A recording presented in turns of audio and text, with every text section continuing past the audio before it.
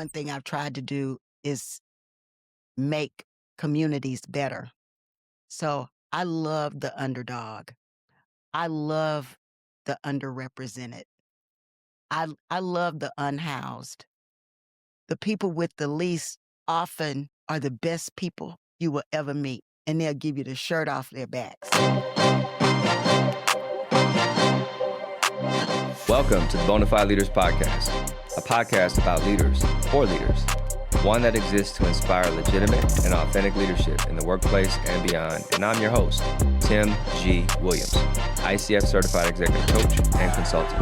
Now, regardless of where you are in your leadership journey, aspiring, emerging, established, or retired, this is for you. So sit back, relax, and enjoy the Bonafide Leaders Podcast experience. Welcome in to another edition of the Bonafide Leaders Podcast, and I am your host, Tim G. Williams. What do Maya Angelou, Steve Jobs, Vera Wang, Soichiro Honda, Dr. Nadia Lopez, and Oprah Winfrey all have in common? Well, before becoming exceptional leaders and household names that we all know today, they all faced their own brink moments. Some faced extreme rejection. Some were teenage parents. But in the end, they found a way to persevere. Now, we know them today, I would argue, because of what they struggled through and what they overcame, which was immense challenge. Our theme for this season is Leaders, Back from the Brink. We've been exploring what it's like for those CEOs to navigate through those really tough seasons, various industries, various backgrounds. No one's immune to these challenges, and today is no different. I'm excited to have with me in studio Dr. Monica G. Williams. She is the inaugural president of Texas Woman's University's Houston campus, where she provides strategic leadership located in the Texas Medical Center, the world's largest life sciences hub. I bet you didn't know that. And she has held advancement and fundraising leadership roles at the University of North Texas at Dallas, UNICEF, Rice University, Prairie View A&M University, and Texas Southern University. Dr. Williams has a strong record in philanthropy, grant acquisition, and donor relations, and she previously taught in the Houston Independent School District and in higher education. I am very excited to have with me in studio today Dr. Monica Williams. Welcome, welcome, welcome. Thank you, Tim. So good to be here with you. Well, I'm excited to talk with you. I think last time we talked was last summer, if I'm not mistaken, Yes. at least in person, Yes. down in Houston. Yes. We were down for a track meet and we were able to meet you. Our families were able to get together. That was a lot of fun. Got to talk about college planning and this kind of thing. And of course, with your background, that was very helpful. So I'm really excited to be with you here in person today and talk with you about this continuation of this theme. Sure. Leaders Back from the Brink. Before we get into that, though, I want to just maybe have you share a little bit about yourself with the audience, beyond the bio, but like where you grew up. What was your upbringing like? Just tell us a little bit about you and kind of your upbringing. Well, very humble beginnings, but really blessed to have parents who were married to each other a few times. They were married and divorced and married and divorced, and there are 3 children that were born into the unions that my parents had. And my parents actually met when my mother was a student at Texas Woman's University, Oh. where she was pursuing a nursing degree, and my dad was an educator, and he happened to be on the campus for a party on a date, and saw my mom across the room and sent his date home in a taxi. Okay. And so instantly they caught each other's eye and were married a very short time later. And I was conceived. So I like to say I was a TW baby. My whole life I was meant to work at Texas Woman's University, and for such a time as this to lead the Houston campus in its inaugural presidency. Yeah. So I started out as a young girl in Houston, Texas, which is where my mom settled with us once she and my father were divorced for the last time, and my dad returned to Dallas, where he was from, Yeah. native of Tyler, but he was from Dallas and lived in Dallas, and a large, loving family. And my mom's family, really kind of small, but we all lived in the house with my grandmother. Mm. So my two siblings, me and my mom, lived with my grandmother, who had sort of a ranch style home. And she was before her time, because she was the first county extension agent in Fort Bend County, which Mm. today we know as agriculture. But she helped families to grow and thrive in rural communities. So if you were for the very first time getting an appliance, a refrigerator or a stove, and electricity, my grandmother would go into homes and demonstrate how to use those Okay. apparatus. And we followed her all over Texas to do that work. And she really was the light of my life, my grandmother, my mother's mother, because when I started to exhibit, never in my grades were always spectacular. I excelled well in the classroom, but when I started to exhibit some of the behaviors associated with divorce Mm. and being the product of a family who is divorced, I just really wanted to watch A Family Affair with Buffy and Jody and get on a bus and run away from home. Mm. And that's where it started. About 13 years old, I had the good decision, as crazy as it was, to get on a bus. And at that time, they were Greyhound buses. Greyhound, yeah. And I got on the bus and came to Dallas from Houston. Now, how old were you? 13. You for real were 13? I for real was 13. Okay. And my daddy put me in the car. I called him with a nickel from the uh, bus station down here, downtown Dallas, and he took he came and got me and put me in the car and took me back home that night to my mama. Needless to say, times then were a little different than they are now, and I repeated that same little journey when I was 14, and mostly it was, with girls and moms, they're like oil and water Yes, they can be. sometimes. And I certainly at 14 knew way, way more than my mama knew. So what in the world was wrong with her? But I really felt in my heart of hearts, because I was the firstborn, that I wanted to just cut myself in half and be with both my mother and my father. Mm. And the solution for that is that we agreed as a family that I could live 2 years in Dallas with my dad, where I attended Kimball High School. Okay. And those roots that I built and anchored at Kimball High School forever changed my life, because they afforded me the opportunity to eventually come back here and work in the community and know a lot of people. Here being Dallas. Here being Dallas. Yeah. Yes. So yes, I then returned home to graduate, but when I got there, I had more credits than I needed um, uh, to fulfill graduation, and so I graduated early. Never walked across the stage with my class, because I decided that I was going to defy everything that my parents had planned for me and have a baby. And so that crushed everyone. Okay, so we gotta back up. Yes. You said you were going to defy. Uh-huh. I'm sensing you were sure of yourself in these days. Pretty much. My mom says, if I had known you were going to be my doctor daughter, I never would have put all of those constraints on you.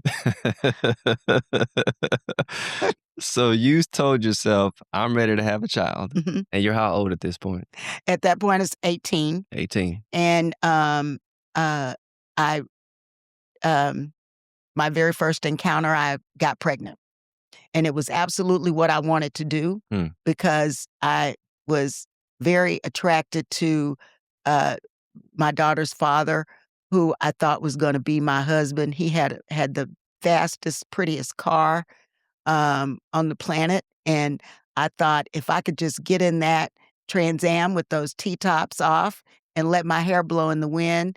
Of course, I didn't know where in the world the baby was gonna sit because it was 2 seats in the car, but just, crazy, imagination, if Mhm. you will, Mhm.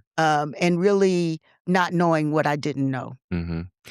I heard something on the radio the other night, and they were talking about the 4 levels of love. The 4th level being secure love, Sure. the 1st level being infatuation, Mhm. and that sounds a little about like what you were experiencing in Totally. that time. Totally, because, I mean, even though he was almost 6 years older than I, Mhm. it was, I just, kind of was in awe of him and his friends who liked to ride around Bachman Lake with the in the car club, and I just thought that was gonna be my life, Mhm. and, I'm so glad that, he is the father of my daughter, but I'm also so glad he's not my husband and was not ever. Mhm. Mhm.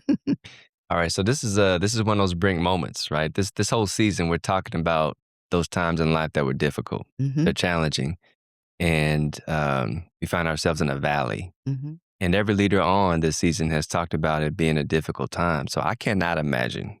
I think I was a first time dad at maybe 29 or 30. At 18, Mhm, now you have a child. mhm. What is that like? Do you remember those emotions, those feelings, those thoughts like in that period of time? What was that like? Sure, I had disappointed my parents on a lot of levels, but, for the very first time, this was a decision that I made very conscientiously. My wonderful bonus dad, to whom my mom has been married for over 40 years, Mm, he didn't have any children, and so there were 3 of us crumb snatchers, and he inherited us right away, and he would always give the most practical, sound advice. He was a businessman, mm, a corporate executive, highly regarded, in his field, and he would really try to talk sense into me, and much of it I would just tuck away somewhere in the back of my brain for, that time, but a lot of what he said really did stick with me. It was that I could do better, I could be better, and my mom and bonus dad at that time, really strongly, considered, I think, asking me if I would let them raise my daughter, mhm, and I said no. I think at that point, I realized that I was a very insecure person to have so much talent academically, that that divorce really did something to me that I think parents don't realize when, children, are going through that kind of a breakup that mhm, the impact that it can have, and I just, am so grateful to the mental health community for now addressing a lot of these issues with kids because, it's important that you know that it's not you, that you didn't do anything, mhm, that it's just the way that the life the Lord's life plan was for those 2 people. mhm, Um, but it doesn't have anything to do with you as a person. You did not cause that trauma. So I think the insecurity web along with here comes this person that I'm giving birth to. What am I going to do? Well, it was that point in time that I completely did a 360. mm. That After the baby. after when the baby came, I said, "This is I've got to feed her. My friends are going off to college. They're living their best lives. They're drinking. They're having a cigarette. All of the classy things. They're in the clubs, and I'm at home with this baby, Mm, and I'd rather be no other place than that. mm, And so I really have a pearl clutching experience when I hear about these moms who don't take care of their children, because even at 18, I knew what my responsibility was, and it was no one else's responsibility but mine.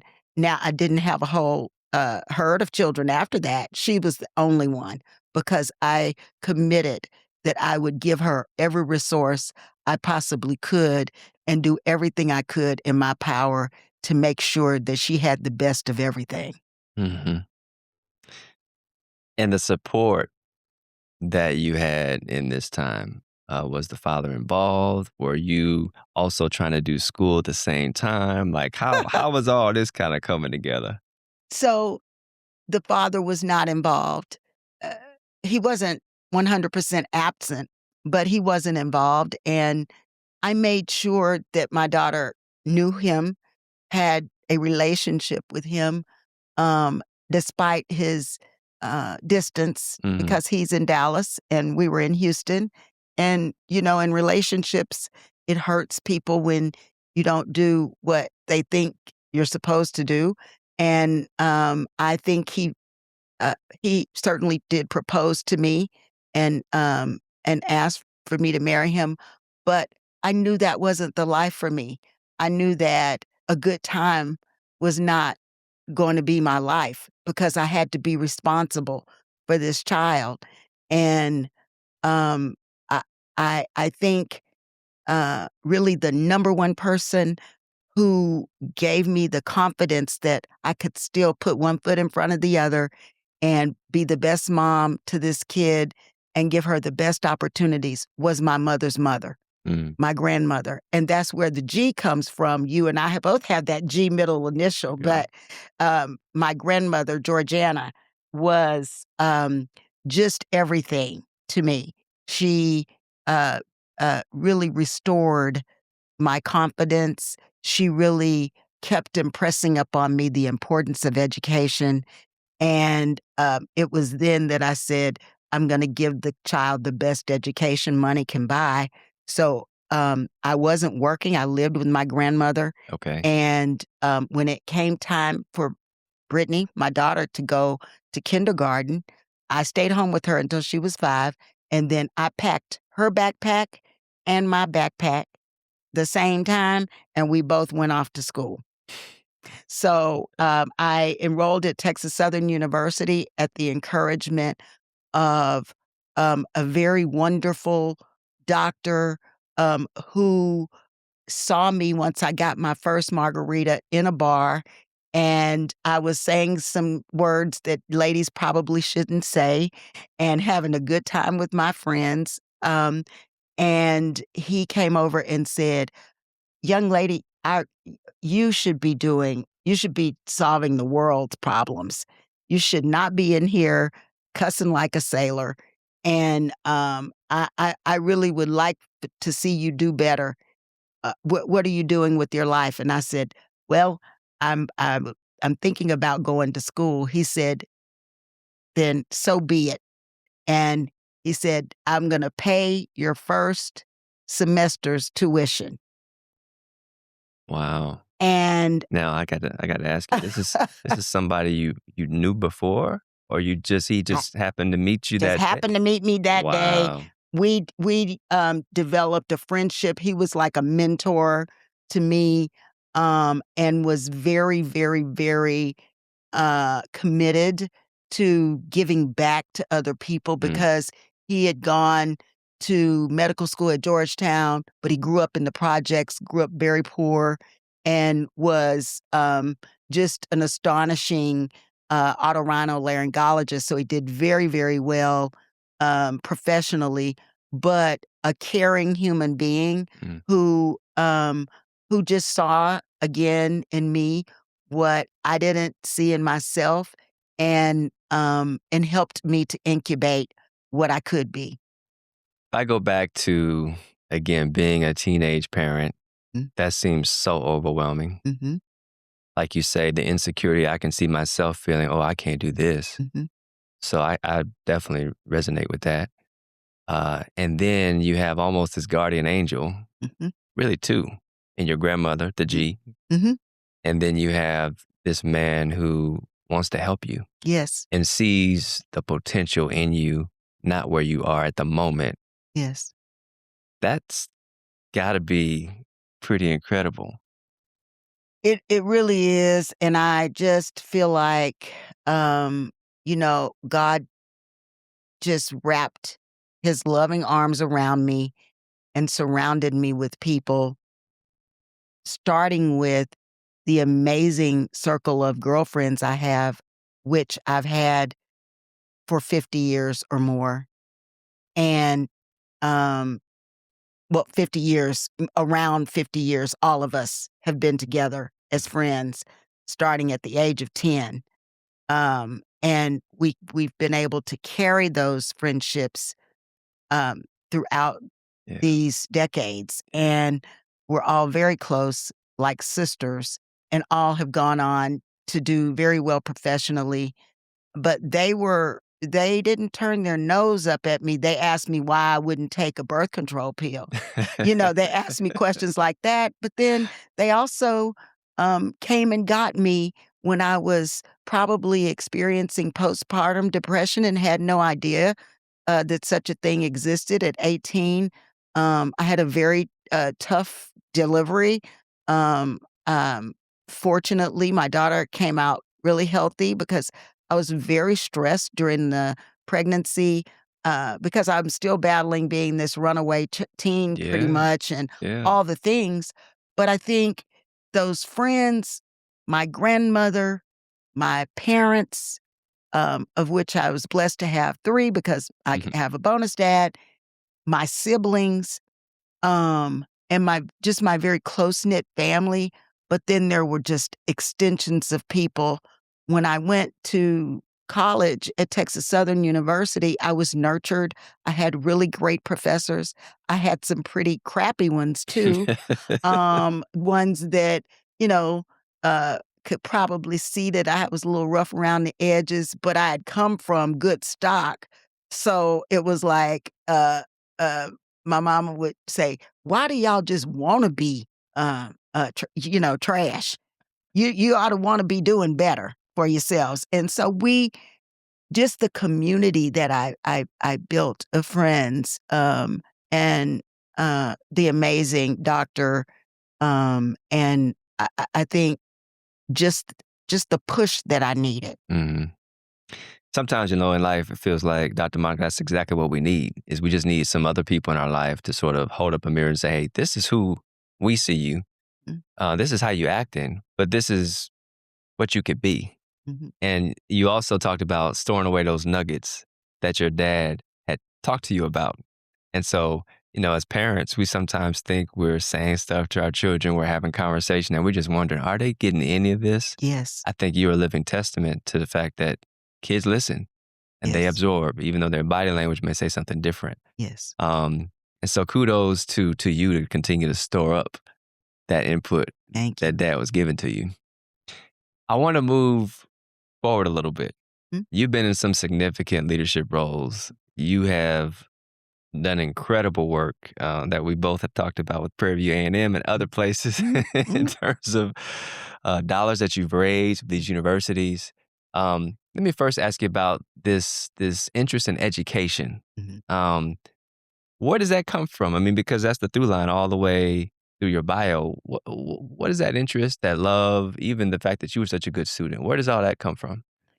I think, intrinsically, it's in my DNA. My 2 siblings and I, um, really had the good fortune of just, we said, "We have our daddy's wits and our mama's looks."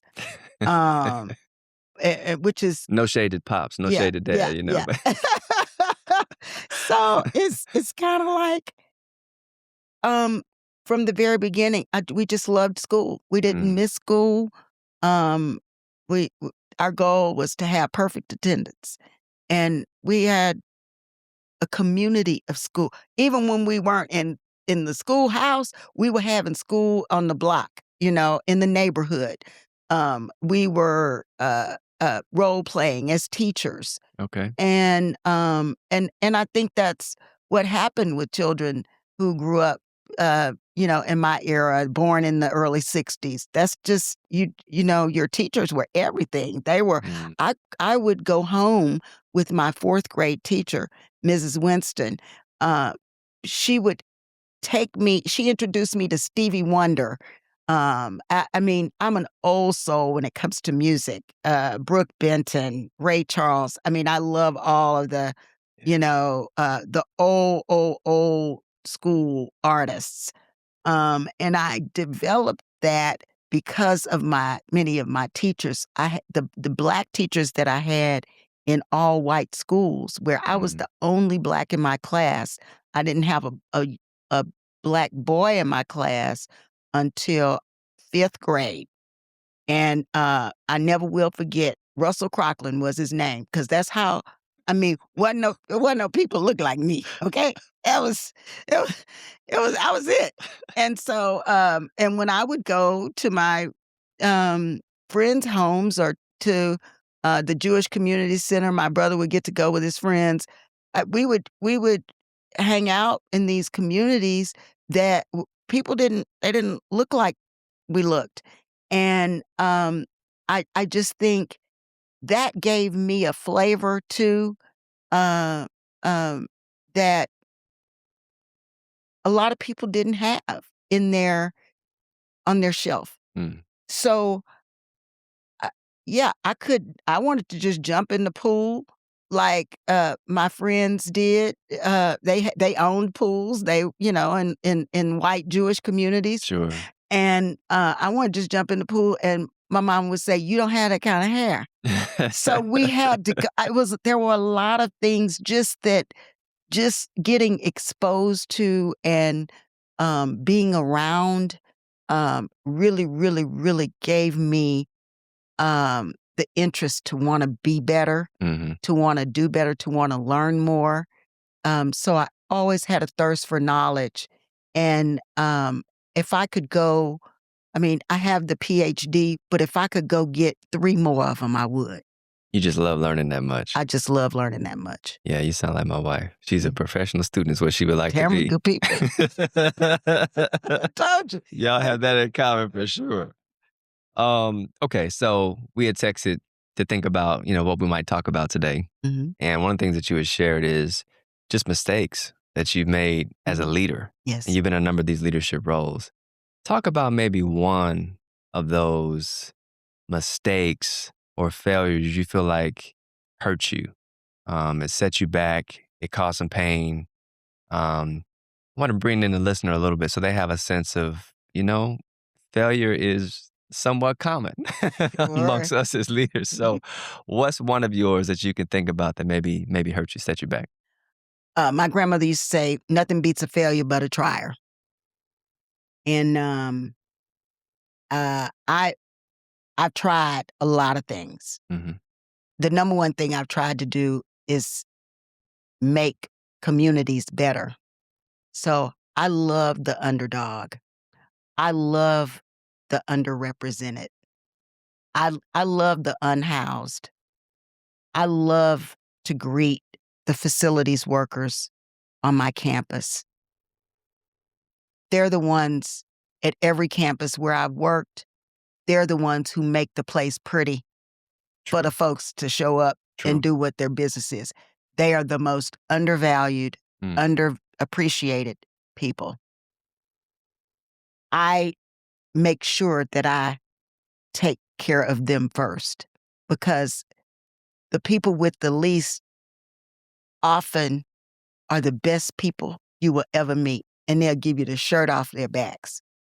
So my flaw in all of this is that I have served institutions that didn't necessarily have resources, and trying to make ends meet and doing your job, that's a very sobering recipe for failure. Mm. You try as you may, but if you don't demand tools and resources to be able to do your job, then you're going to fail. Bonafide Leaders works with senior executives, established leaders, and emerging leaders. We exist to help you, your business, and your teams thrive, specializing in executive coaching, leadership development, organizational consulting, and keynote speaking, providing the absolute highest level of quality and service. We partner with our clients to help them elevate their leadership effectiveness, navigate organizational change, culture, and leadership transitions, leading to bottom-line results. If these are the problems you're seeking to solve, reach out to me at bonafideleaders.com/contact, and let's explore together. Are you saying, okay, I'm at a place that's maybe resource lacking, Mm-hmm. but I'm not raising my hand to say this is what I need? Yes. I'm saying I would maybe ask, and when it wasn't available, I didn't demand it. I've always kind of been the go along to get along. Mm-hmm. I don't make a lot of noise, but my silence is understood, but has been underappreciated.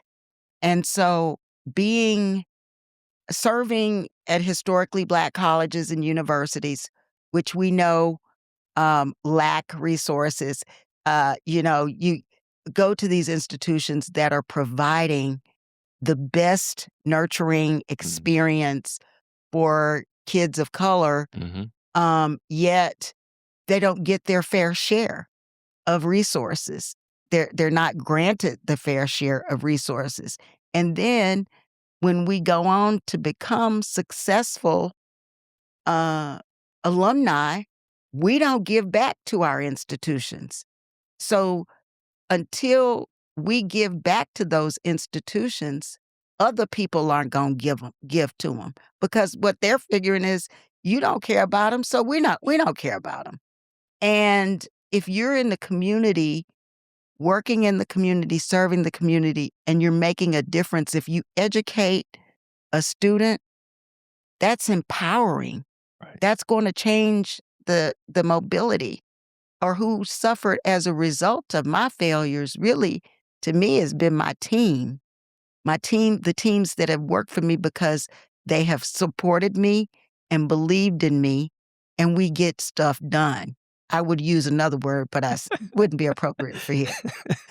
So I think getting the things done, making the accomplishments happen, but not having really what you need to do it, really is a strain and stress, and you find yourself really being down about that. Let's dig in a little bit on that. I want you to think about one situation in particular, if you can, at any place that you worked where you didn't demand what you needed. You talked about the team suffering. For leaders all around who are leading and managing teams, I think this can be helpful. In what way does your team suffer because you didn't demand? Well, eventually I moved on. And then in leadership changes, there are shifts in vision, mission, and you have a team then that's committed and dedicated to the person and not the institution. And what I've tried to do in my latter years as a leader is help people understand that they're serving the customer. The customer is the institution's base. That's the students. They come first. So if you keep that focus, that you should be student-centered or community-centered if you're doing community-based work, or whatever your customer base is, you have to serve that, not the person, because it's sort of like I learned from Dr. George Wright when he was Prairie View's president.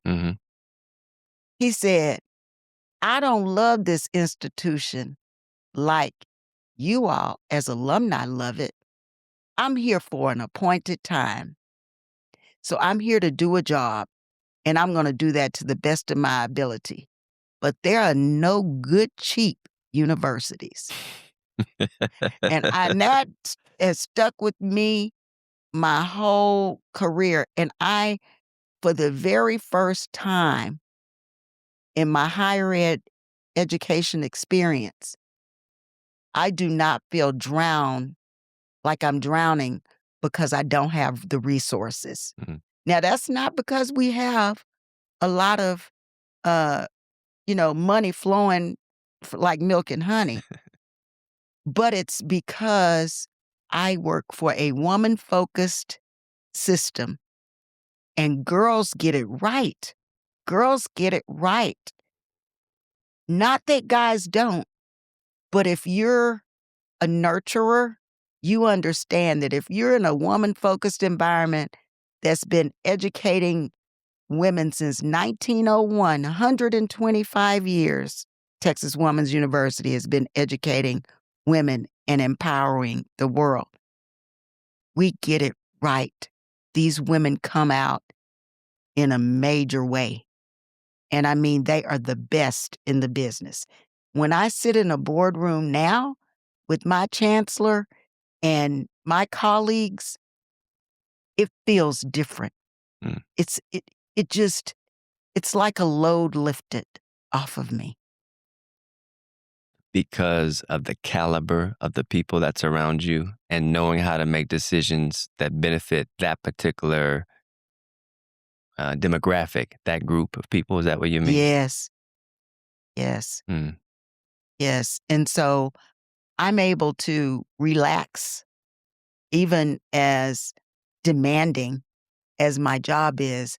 I don't go home thinking about how we're going to keep our team, how we're going to get more scholarships for students. I don't worry about that, because the story we tell is one that's so powerful that anyone would want to contribute. Before we're done, I want to hear that story. Mhm. I want to ask you about maybe other areas. I mean, you've been at UNICEF, you've supported Rice University, you've worked in some heavy hitting places, a startup university, if you will, the University of North Texas at Dallas. Mhm. You've been in a lot of different environments, and you've seen kind of different phases of the life cycle of a university, different budgeting models, different resource models, different organizational structure models. What are some of those lessons that you feel like you've learned through your journey that you're now maybe applying in real time here? I like to build things. I like to build programs. I guess probably if I had liked all the subjects that would lead me to a career in STEM, I probably would have been, maybe maybe an architect, maybe an engineer or something like that. But I'm an educator. In my heart of hearts, I'm just an English teacher. That's how I started out. My very first job was teaching English in a high school, inner Mhm. city, and I understood that there weren't resources available Yeah. to kids in the inner city. I taught at the school where my mom was the queen of the school some 40 years before I started teaching there. And they uh, had the same textbook. There was a textbook, my English book that the students would check out, had my mama's name in one of the margins. Wow. And so that told me that school hadn't had books since the 60s, Wow. and new books. And so I know things have changed a lot in education now in terms of just um, digitizing technology and a lot of that. But, if you consider it, it's it's very heart-wrenching to be in space where there's no allocation or not enough allocation, but at that school, but the ones just minutes away, streets away, have really nice parks and, playgrounds and the best, education uh, given by state funds. Hmm.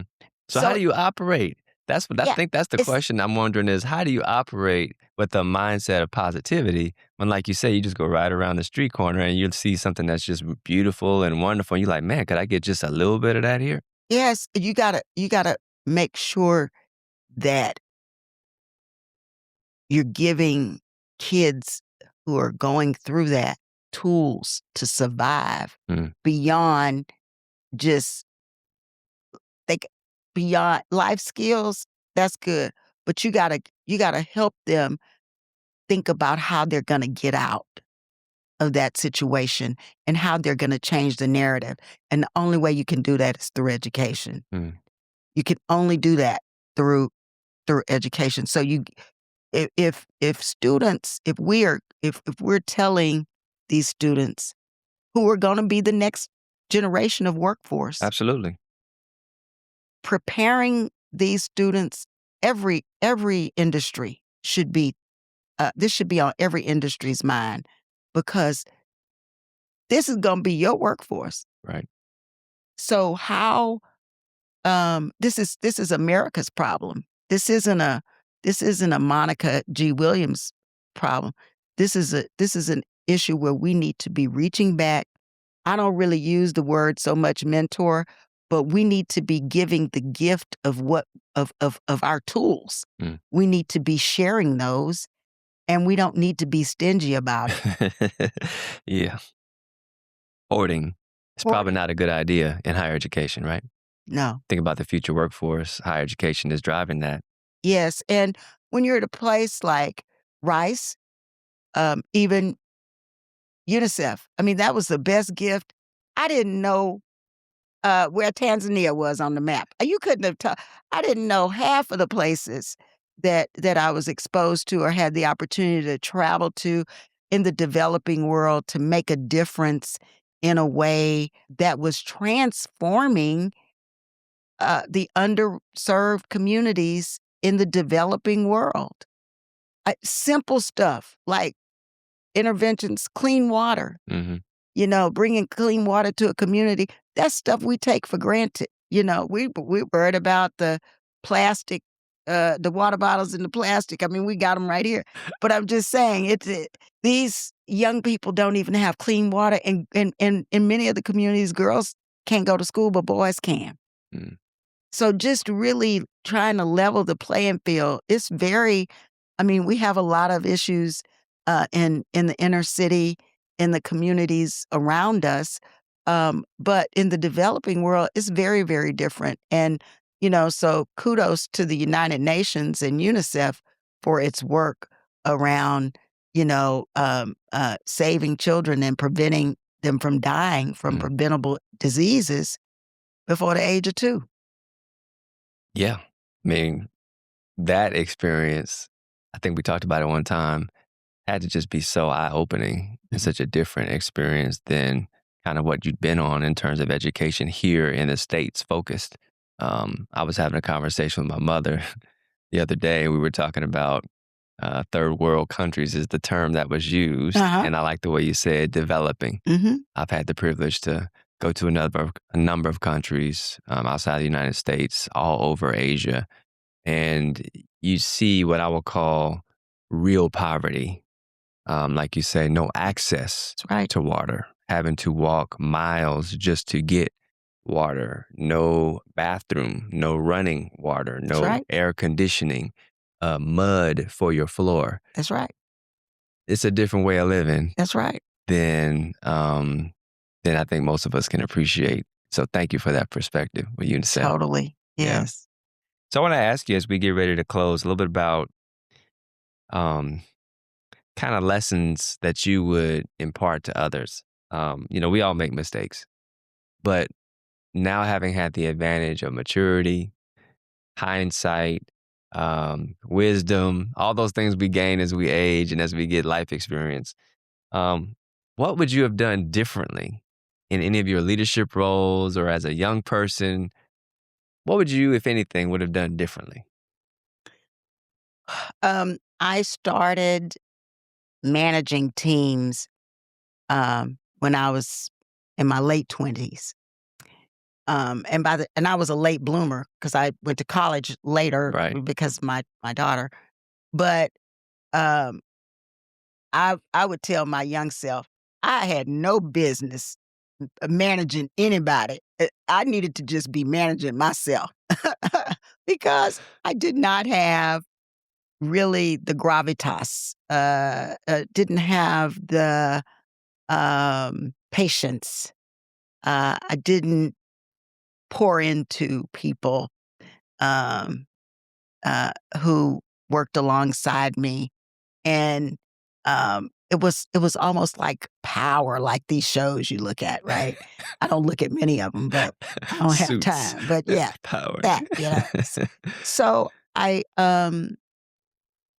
when I got to my 40s, I started to notice a difference in myself and really just how I treated teams. Mhm. And um and and I just loved working for Bob Mong because he was a news guy and I was a journalist and an English teacher. Shout out to Bob. Bob was former president of University of North Texas at Yes, Dallas. Yeah. totally. He just was he I learned so much from him because he knew a little something about everything.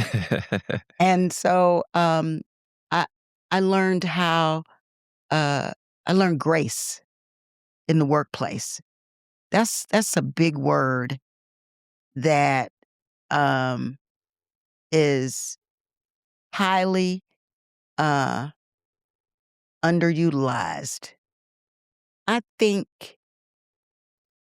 that professionals, you're going to have some bad people, just like you're going to have some really great people, but organizations really mostly are made up of people who want to be there and who love what they do. Mhm. And the bad ones that are in the mix, they really make it hard for the people. It's like a tear down Mm. almost. And you really just want people optimally to perform.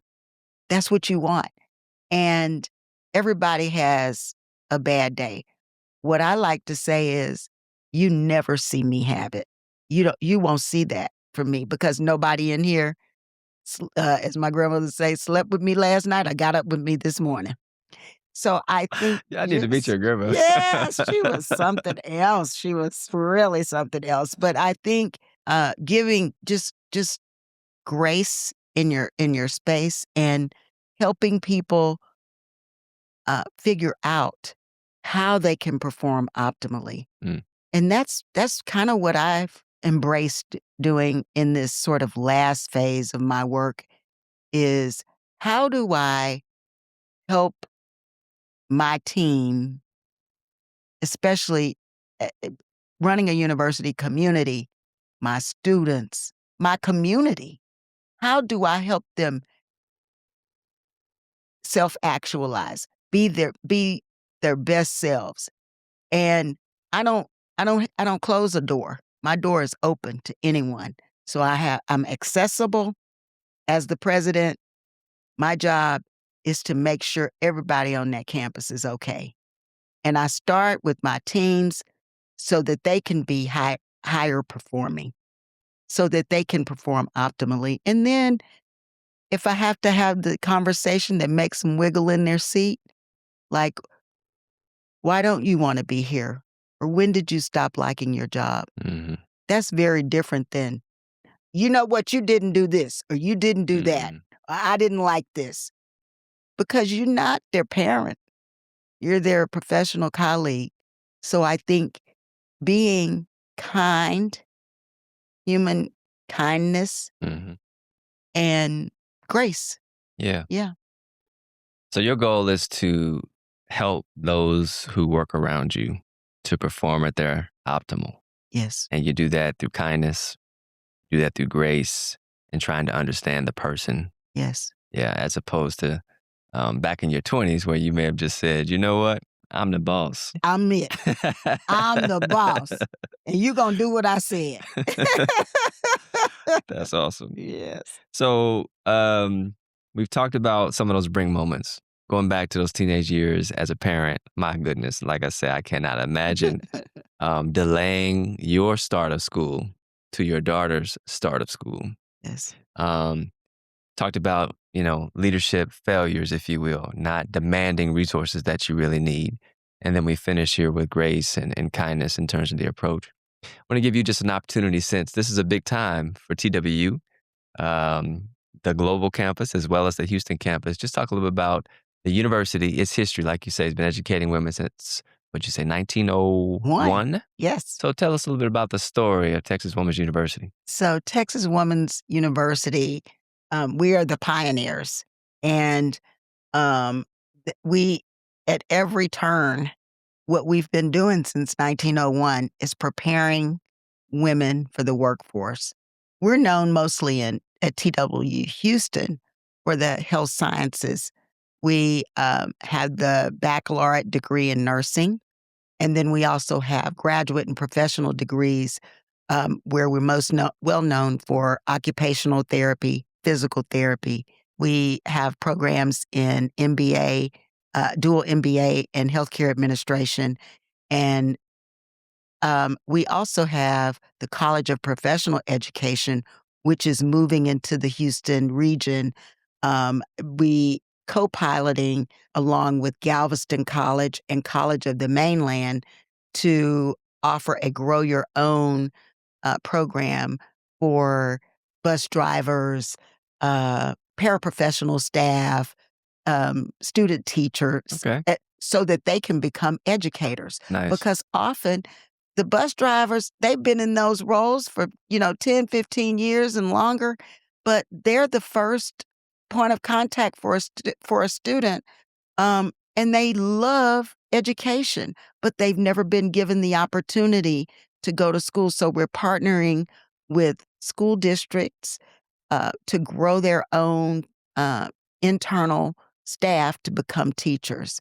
And that's really the favorite as an educator. I just think there's something magical about that.